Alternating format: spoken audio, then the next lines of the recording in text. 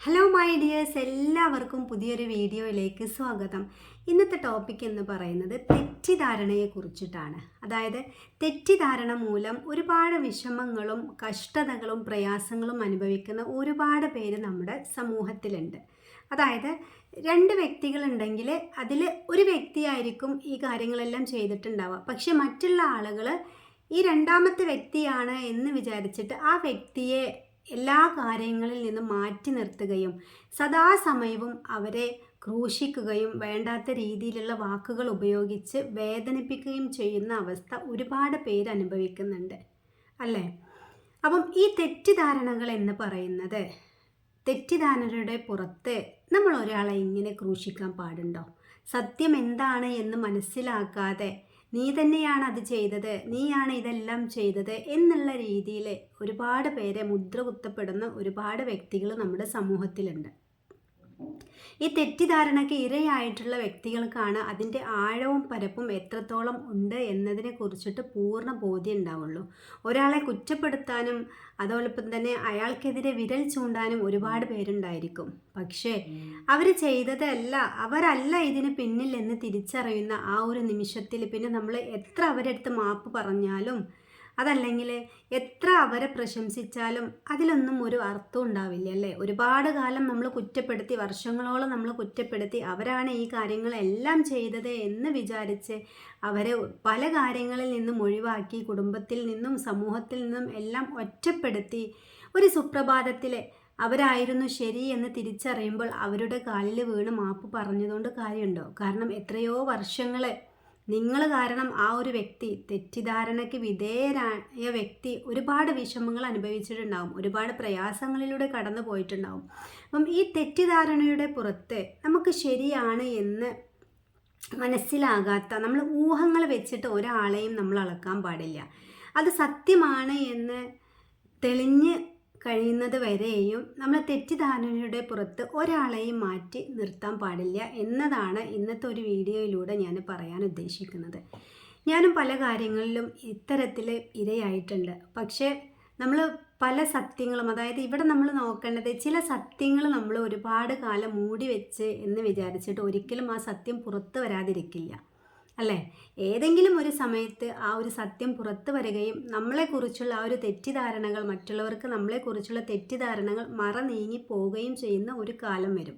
അപ്പോൾ ഈ കള്ളത്തരങ്ങളും കളവുകളും ചെയ്യുന്നവരെടുത്ത് പറയാനുള്ളത്, നിങ്ങൾ ഇനി എന്ത് കള്ളത്തരം കാണിച്ചാലും, നിങ്ങൾ എന്തെങ്കിലും കാര്യം ചെയ്തത് മറ്റുള്ളവരുടെ തലയിൽ വെച്ച് കെട്ടിയാലും അള്ളാഹു എന്ന് പറയുന്ന, ദൈവം എന്ന് പറയുന്ന ഒരാളുണ്ടെന്നും ആ ആൾക്ക് ഈ കാര്യങ്ങളെല്ലാം പെട്ടെന്ന് തന്നെ നീക്കി പുറത്തു കൊണ്ടുവരാൻ കഴിയും എന്നുള്ളൊരു സത്യം നിങ്ങൾ മനസ്സിലാക്കിക്കൊള്ളുക. അതായത് എല്ലാ കാലത്തും നമുക്ക് ഈ കള്ളത്തരങ്ങൾ ഒളിപ്പിച്ച് വെക്കാൻ കഴിയില്ല.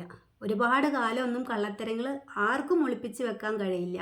നമ്മളൊക്കെ തമാശക്ക് പറയും, പണ്ട് പടച്ചോന് ദൈവം അടുത്ത തലമുറക്കായിരുന്നു വെച്ചിരുന്നത്, പക്ഷേ ഇപ്പോൾ അപ്പക്കപ്പോൾ അതിനുള്ള തിരിച്ചടി കിട്ടും. അതെ, നിങ്ങൾ എന്തെങ്കിലും തെറ്റുകൾ ചെയ്തിട്ടുണ്ടെങ്കിൽ അതിനുള്ള തിരിച്ചടി നിങ്ങൾക്ക് ഉടനെ ലഭിക്കുന്നതായിരിക്കും. അതാണ് നമ്മൾ കർമ്മ എന്ന് പറയും ചിലർ. അതായത് നമ്മൾ ചെയ്തിട്ടുള്ള കാര്യങ്ങൾക്കുള്ള ഒരു എഫക്റ്റ്, നമ്മൾ ചെയ്തിട്ടുള്ള തെറ്റുകൾക്കുള്ള, നമ്മൾ മറ്റുള്ളവരെ വിഷമിപ്പിച്ചിട്ടുണ്ടെങ്കിൽ അതിനുള്ള ഒരു കാര്യം നമ്മുടെ ജീവിതത്തിലേക്കും വന്നു ചേരും.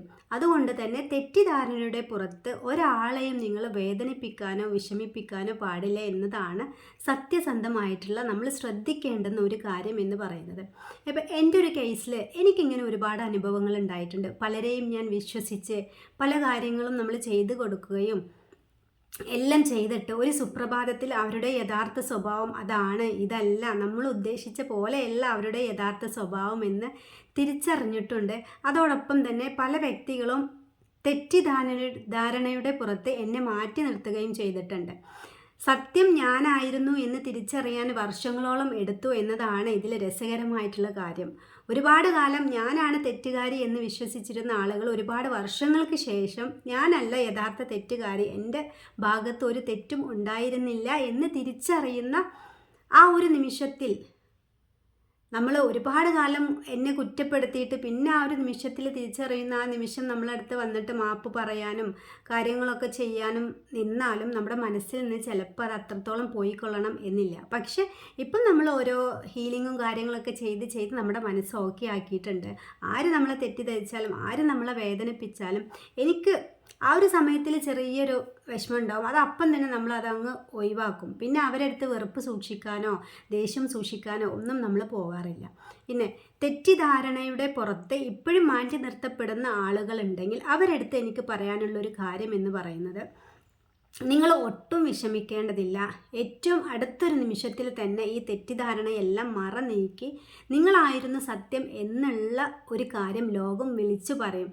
ഈ ഒരു വിശ്വാസത്തിൽ ഈ ഒരു തെറ്റിദ്ധാരണ നിങ്ങൾ മാറിക്കഴിഞ്ഞതായിട്ട്, നിങ്ങളിൽ അടിച്ചേൽപ്പിച്ചിട്ടുള്ള തെറ്റിദ്ധാരണ മാറിക്കഴിഞ്ഞതായിട്ട് നിങ്ങൾ ദിനം പ്രതി വിഷ്വലൈസ് ചെയ്യുക. അതോടൊപ്പം തന്നെ നിങ്ങൾ വിശ്വസിക്കുന്നത് അള്ളാഹുവിലാണെങ്കിൽ അള്ളാഹുവിനോട്, ദൈവത്തിലാണെങ്കിൽ ദൈവത്തിലെ, അതോടൊപ്പം തന്നെ ഈശോയിലാണെങ്കിൽ മാതാവിലാണെങ്കിൽ ആരെയാണോ നിങ്ങൾ വിശ്വസിക്കുന്നത് അവരെ മുറുകെ പിടിച്ച് നിങ്ങൾ പ്രാർത്ഥിക്കുകയും ചെയ്യുക.